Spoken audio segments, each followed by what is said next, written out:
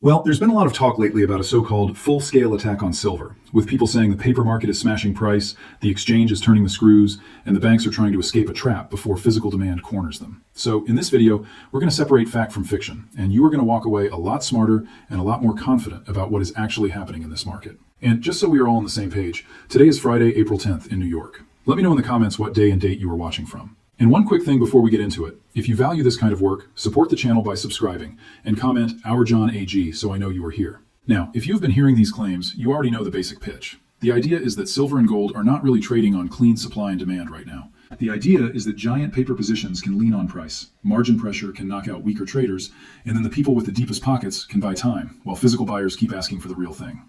On the surface, that sounds dramatic. In a few places, it even sounds convincing, and that is exactly why we need to slow this down. Because some pieces of that story are real. Silver futures really are leveraged. Margin hikes really can hurt traders who are overextended. Physical delivery really does matter more than most retail investors realize. And yes, recent warehouse data shows the market is paying very close attention to silver availability.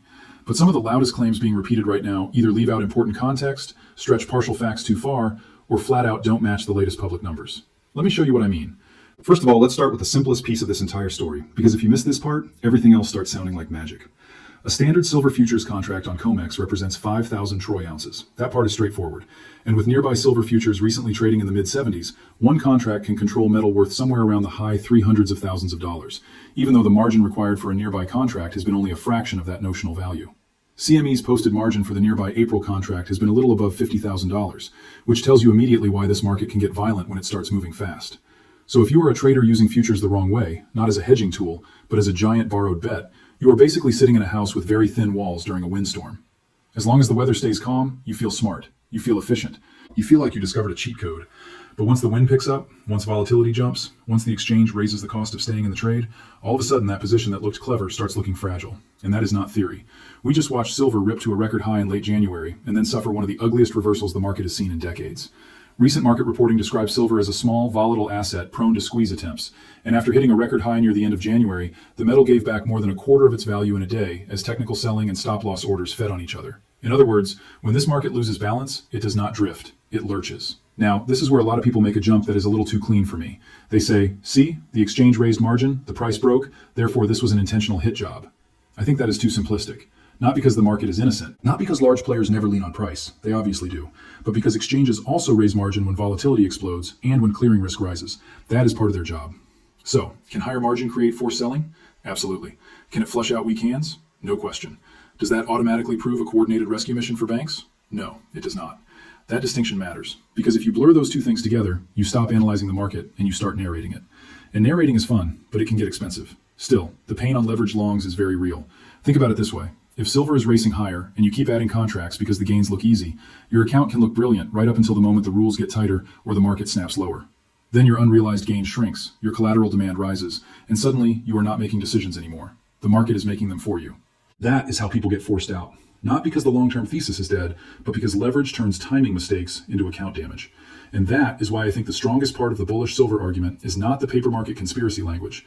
It is the much simpler point that cash buyers and delivery takers play a completely different game than leverage speculators.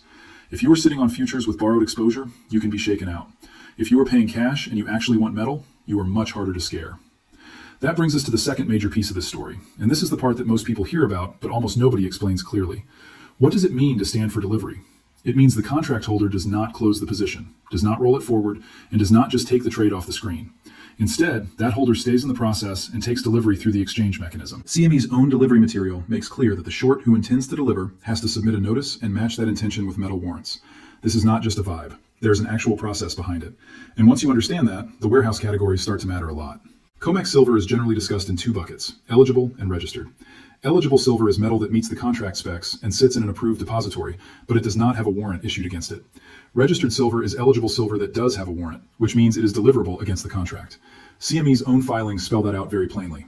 So when people throw a giant number at you and say, look at all the silver in the warehouses, the right response is, okay, how much of that is actually registered and how much is merely eligible? Because those are not the same thing. Metal can be inside the system without being immediately available for someone else's delivery demand. Now, based on the latest publicly available depository figures, COMEX silver registered stocks were a little over 77 million ounces, while eligible was a little above 248 million ounces on the April 9th report. That is a meaningful difference. The registered pile is the pile people obsess over because that is the pile most directly tied to delivery. The eligible pile is larger, but it is not a public vending machine. It belongs to somebody. And that leads to a very important point that gets missed all the time. Eligible silver is not the same thing as silver that is eager to be sold. It might belong to investors with no intention of converting it. It might be part of long-term holdings. It might be sitting there because the owner likes the storage arrangement. So when someone says, well, just move all the eligible into registered and problem solved, that is not analysis. That is wishful thinking. At the same time, the opposite mistake is also common. People look at the registered number alone, compare it with large open interest, and assume disaster is guaranteed. But open interest is not the same thing as final delivery demand. A lot of futures positions exist for hedging, trading, spreading, rolling, and all sorts of other reasons. Not everybody ends up asking for metal. So the key is not to swing from one extreme to the other. The key is to recognize that delivery stress can be real without automatically meaning the exchange is one bad afternoon away from breaking. This is also why one of the most repeated claims in the current silver story deserves a hard pause. You may have heard that London is basically backing a giant paper silver market with only a tiny amount of real metal, and that the physical cupboard is almost bare. The latest LBMA data does not support that claim as stated. End of March, London Vault holdings were reported at 27,487 tons of silver, which works out to roughly 884 million ounces. That is nowhere near the tiny backing number being thrown around in some silver circles. Now, does that mean London is swimming in freely available silver? No. And this is where nuance matters. A large vault total does not mean every ounce is floating around waiting for a new owner. Some of it is allocated. Some of it is tied up in exchange-traded products or long-term holdings. Some of it simply is not being offered. So I am not saying the London market cannot feel tight. I am saying the dramatic, almost no silver is left version is not what the latest vault data shows. And to me, that is actually the smarter way to think about this whole topic. Not as a cartoon where there is either no stress or instant collapse, but as a market where metal can exist in large headline totals while the truly available float feels much smaller during bursts of demand. Those are two very different things, and too many people mash them together because the scarier version gets more clicks. There is one more subtle point here that helps keep the emotions under control. Delivery through the exchange is not exactly the same thing as trucks instantly rolling out of the vault. A futures delivery is tied to warrants and warehouse procedure, and the exchange calendar lays out first notice, delivery windows, and last delivery dates for each contract month. That means a burst of delivery activity tells you ownership is changing through the exchange mechanism, but it does not automatically mean every ounce is leaving the building that same day.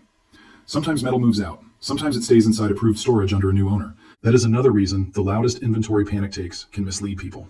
Tightness can be real, loadout can be real, and stress can be real. But you still have to distinguish between a transfer of control and a physical disappearance from the warehouse system. If you don't make that distinction, you can turn normal exchange plumbing into a fake end-of-the-world signal. And in this market, those details often decide whether a headline is useful information or simply loud noise. Now let's talk about banks, because this is another area where people are repeating something that the current public data simply does not show.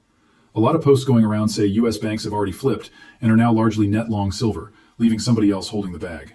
The latest CFTC bank participation data that I checked does not say that. In the February report, US banks and COMEX silver futures were still net short. In the March report, they were still net short again. Non-US banks were even more net short. So if you want to argue that bank exposure is still part of this market story, fine. But the US banks are already comfortably net long claim is not supported by those latest reports. And that matters because it changes the shape of the narrative. It suggests the risk, if there is one, has not cleanly disappeared and is not neatly rotated in the simple way some people are claiming. It is messier than that. Which, by the way, is exactly how real markets usually work. So far, here's what we have. Yes, leverage can create brutal forced selling. Yes, delivery matters. Yes, registered versus eligible matters. Yes, physical tightness can exist even when the headline stock numbers look large. But no, the latest LBMA data does not support the tiny backing number being circulated. And no, the latest bank participation reports do not support the claim that US banks are broadly net long silver now. Already you can see how the story gets weaker once we separate the solid pieces from the dramatic filler. But here is where the bullish side of the argument becomes more interesting, not less. Because even after correcting those overstatements, there are still real reasons people are watching silver closely. Recent market updates in February showed the silver market is expected to post a sixth straight year of structural deficit, with physical investment demand rising sharply even as some industrial categories cool off because high prices encourage thrift and substitution. Total supply is forecast to rise too, but the broader point is that silver is not some sleepy market with no underlying pressure. It is a market where the balance has already been tight for years, and investment demand can change the tone very quickly. That is one reason I would be very careful about dismissing every big delivery month as noise. The warehouse system can absorb a lot, and the paper market can remain functional for a long time. But if you already have a market with repeated deficits, a relatively small size compared with many other major assets, and a future structure that can magnify moves, then episodes of physical attention matter. They may not end the system, but they can absolutely change pricing power at the margin.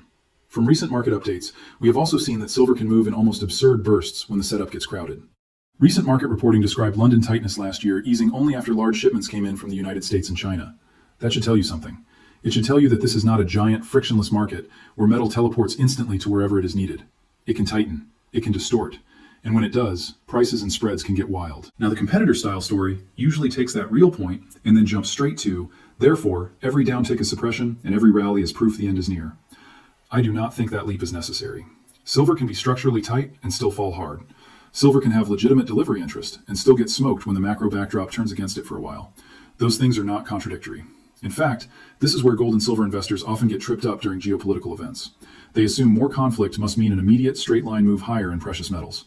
But markets are not that one-dimensional. The metal can react not just to the headline, but to what traders think the headline means for oil, inflation, the dollar, and Federal Reserve policy.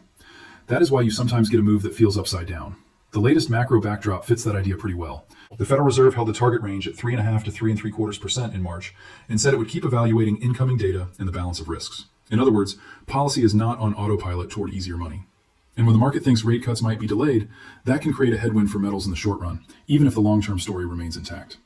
We have even seen that recently around Middle East headlines. Recent market reporting showed that gold rallied after a ceasefire because easing oil pressure and a softer dollar revived hopes for rate cuts. That is the key. Not just the conflict itself, but how that conflict changes inflation expectations and policy expectations. So when someone says gold or silver should be exploding because the world is dangerous, I would say maybe, but maybe not immediately, because the market may be trading the policy chain first. Silver, of course, is even trickier because it is both monetary and industrial. It does not behave exactly like gold. It can get pulled by investment demand, by macro fear, by industrial trends, by solar demand, by substitution, by supply deficits, by the dollar, by yields, by momentum, and by plain old speculative crowding. That is a lot of cross currents, which is why simple stories usually break down the fastest in this metal. Now let's widen the lens a bit more, because another huge claim in this whole discussion is that the world is dumping US debt, dumping the dollar, and racing into metal so fast that the old pricing system is about to snap. Again, there is a grain of truth inside an exaggerated frame. The fiscal situation in the United States is obviously huge. Official daily debt data showed total public debt just under $39 trillion in early April. That is a real number, and it is massive. But the nobody wants treasuries anymore version does not line up cleanly with the newest data either. Recent reporting showed that foreign holdings of U.S. treasuries actually rose in January to a little over $9.3 trillion, up from the prior month. So yes, there is long-term reserve diversification at the margin. Yes, some countries, including BRICS-leaning buyers and other emerging players, are trying to widen payment channels and reduce dependence over time. But the broader market for treasuries is still very large and still attracting demand. The same goes for the dollar. The trend toward diversification is real, but the dollar is still dominant by a wide margin. Official reserve data still point to the dollar holding a bit more than half of global foreign exchange reserves in the latest comparable data. That is not a dying reserve currency tomorrow morning. That is a dominant currency facing a long, uneven challenge over time. Why am I stressing that? Because if your silver thesis requires the immediate collapse of the dollar, you are building the case on too narrow a foundation. Silver does not need overnight monetary chaos to work. It can do well because of supply deficits, because of investment demand, because of industrial use, because of policy support, because of inflation risk, because of monetary easing later on, or because the market simply reprices a chronically tight asset higher. That is a much sturdier thesis. And speaking of policy support, here's one of the fresher pieces of context that I think really matters. Silver was added to the final U.S. critical minerals list. That is not internet rumor. It is on the official list. And separately, the White House said in January that negotiators should consider the adoption of price floors in trade involving processed critical minerals and related products. Project Vault was also launched as a strategic stockpile initiative aimed at securing critical minerals supply. Now, I want to be careful here, because this is exactly the kind of topic people overread. That does not mean the government is secretly buying every silver bar in sight. It does not mean a silver moonshot has been promised. And it does not mean every critical minerals policy directly maps onto silver with no friction. But it does tell you that strategic minerals policy is becoming more active, not less. And if silver is increasingly seen through a strategic lens as well as an investment lens, that is supportive context over time. Here is another subtle clue. CME launched a new 100-ounce silver futures product this year and said it was doing so to meet record retail demand. That does not prove anything sinister, but it does show the exchange itself recognizes the size of investor interest in this market. When retail demand gets big enough that new product design follows, you are not dealing with a niche nobody cares about anymore. So where does that leave the big scary claim of a full-scale attack? In my opinion, the right answer is somewhere in the middle, and probably a lot closer to the middle than either extreme camp wants to admit. Do powerful players use paper markets aggressively? Of course they do. Can price be pushed around in the short run by liquidity, leverage, margin pressure, and concentrated positioning? Absolutely. Can physical demand eventually matter more than paper pressure if the imbalance persists long enough? Yes, it can. But does every violent sell-off prove a coordinated plot? No. Does every margin hike prove corruption? No. Does the latest public data show London is down to fumes and US banks are safely net long while everyone else panics? No, it does not. What I think we are really seeing is a market with genuine structural tension and genuine narrative distortion at the same time. Structural tension because silver has been running deficits, because the deliverable categories matter, because investment demand is still strong, and because this market is small enough to get stressed. Narrative distortion because people take half-true facts, remove the guardrails, and then present the scariest possible version as if it is the only interpretation. And that is dangerous, because it can make smart investors do dumb things for emotional reasons. For example, if you think the exchange is guaranteed to fail next week, you might chase bad entries, ignore risk, or put yourself into leverage you cannot handle because you think a once-in-history event is right around the corner. That is how people get blown out. Ironically, sometimes the conspiracy-minded trader becomes the easiest victim of ordinary market volatility because the story makes him feel safer than he actually is. A better approach is to separate time frames. In the short run, silver can remain wild, headline-driven, and vulnerable to liquidations. It can rise too far too fast and then get slapped down when positioning gets crowded. It can trade macro, not just metal-specific fundamentals. It can react to the Fed, the dollar, oil, and risk appetite. That is all normal for this market. In the medium run, delivery attention, warehouse categories, and who actually wants metal still matter. Not because the system has to break, but because pricing power can gradually shift when physical interest keeps showing up. This is a pressure story, not necessarily a detonation story. And in the long run, I still think the cleanest bullish case for silver has less to do with dramatic language and more to do with simple persistence. A metal with repeated deficits, strategic relevance, strong investment interest, and a tendency toward violent repricing does not need a movie villain to become expensive. It just needs the imbalance to keep hanging around. That is the real issue. Not whether somebody can shove price lower for a week or a month. They probably can. The real issue is whether lower prices solve the underlying reasons people keep caring about silver in the first place. And I am not sure they do. If anything, lower prices can sometimes bring in fresh physical demand, calm industrial buyers who were priced out during spikes, and reset the emotional excess that built up during a blow-off move. That does not always happen right away, but it is one reason these dramatic resets do not automatically end the bigger trend. And here is the part a lot of people do not want to hear.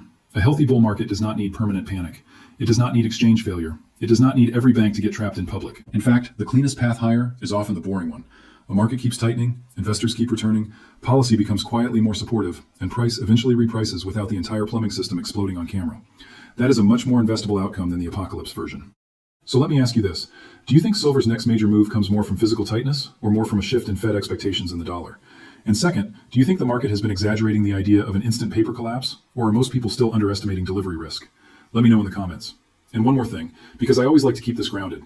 If you're successful, share your success story in the comments so others can stay motivated. And that is why patience matters here. A fast market can make a weak story feel true for days, but over time the numbers, the flows, and the behavior of real buyers usually tell you much more than mere panic ever will. So, putting it all together, what is the most honest read here? Silver is not a clean, calm market. It is a highly emotional market with real leverage, real delivery mechanics, real structural tightness, and real room for misinformation. The recent action does support the idea that stress points exist. It does support the idea that leveraged players can get punished fast. It does support the idea that physical categories matter more than headlines suggest. But the latest public data does not support some of the most extreme claims being used to sell fear and urgency. That means you do not have to choose between blind skepticism and blind belief. You can recognize that paper pressure is real without assuming every drop is a crime scene. You can recognize that physical demand matters without assuming default is next. You can stay bullish on silver without becoming reckless on silver. And honestly, that is where I land right now. I think there is a real bull case here. I think the macro backdrop still leaves room for higher metals over time. I think policy developments around critical minerals are worth watching closely. I think delivery attention is a meaningful signal. I also think some of the loudest voices are overstating the evidence, overstating the immediacy, and sometimes confusing market stress with guaranteed market failure. Very different things. And that difference matters a lot. The smartest investors, in my opinion, are the ones who can hold both ideas in their head at once.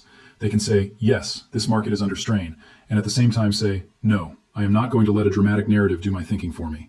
That is how you survive a market like this. And that is how you stay ready for what matters next. Because if silver keeps attracting investment demand, if the deficit story stays alive, if policy keeps nudging strategic minerals higher in importance, and if the macro backdrop becomes more favorable later on, then the bigger move may still be ahead. Not because the story was the loudest, but because the fundamentals kept leaning in the same direction long enough for price to catch up. That is the setup I care about. Everything else is just noise until it isn't. And as always, this is for education and discussion only. I am sharing how I read the market, not telling you what to buy, sell, or hold.